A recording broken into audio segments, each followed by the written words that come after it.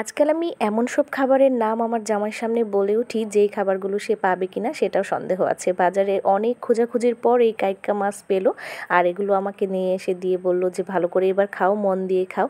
তো আমি এগুলো কেটে বেছে তারপরে বিকেলবেলা একটু হাঁটতে বের হলাম। আর হাঁটতে বের হওয়ার উদ্দেশ্যটাই ছিল হচ্ছে মাটির কিছু জিনিসপত্র কিনা। আমাদের বাসা থেকে কিছুটা সামনে একটা নতুন হাঁড়ি পাতিলের দোকান দিয়েছে, তো ভাবলাম নতুন যেহেতু উনি, ওনার থেকে কিছু কেনাকাটা করলে ওনারও লাভ হবে আর আমারও কিছু জিনিস প্রয়োজন। তো যাই হোক, এখন হচ্ছে অনেকগুলো মাটির জিনিস ছিল এখানে। মাটির তৈরি হাঁড়ি পাতিল, কলসি এগুলো আমার খুবই ভালো লাগে। আর এখানকার প্রত্যেকটা জিনিসই মোটামুটি ভালো ছিল, কিন্তু ফিনিশিংটা একটু কেমন যেন ছিল। তো যাই হোক, এখানে প্রত্যেকটা জিনিসের দাম এত বেশি চেয়েছেন। তারপরে কি আর করার, প্রত্যেকটা জিনিসই হাত দিয়ে ধরে ধরে রেখে দিচ্ছিলাম। কিন্তু এই ব্যাংকটা আমার ভালোই লেগেছে। এর আগেও অনেকগুলো ব্যাংক কিনে কিনে আমি শাফিনকে দিয়ে কিছু সালামি, টাকা পয়সা যা কিছুই থাকে ওই ব্যাংকে আমি জমাতাম। তাই আমি আমার ছেলেকে একটা মাটির ব্যাংক কিনে দিলাম। আর এখানে হাতি ঘোড়াগুলো দেখে একদমই ছোটবেলার কথা মনে পড়ে গেল। ছোটবেলায় আমরা যখন ঈদগাহের মাঠে যেতাম তখন দেখতাম এইরকম ছোট ছোট পুতুল, মাটির হাঁড়ি পাতিল, মাটির তৈরি আরো অনেক খেলনা। তো এগুলো না নিয়ে কিন্তু বাসায় ফিরতাম না। ছোটবেলার এই শৈশবগুলো আসলে কখনোই ফিরে আসার না। আপনাদের শৈশবকালটাও কি এমন ছিল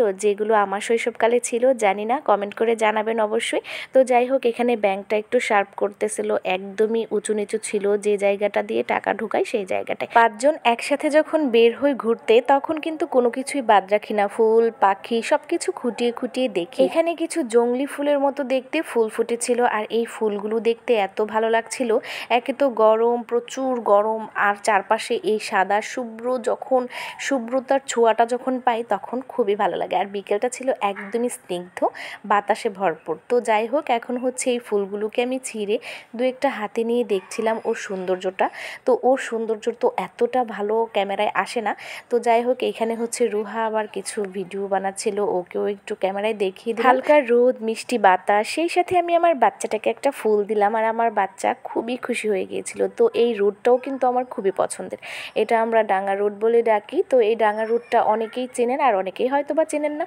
তো বাই দ্য ওয়ে, এখানে মাঝখানের সারিতে কিছু ফুল ছিল, কিছু নতুন গাছ লাগানো হয়েছিল।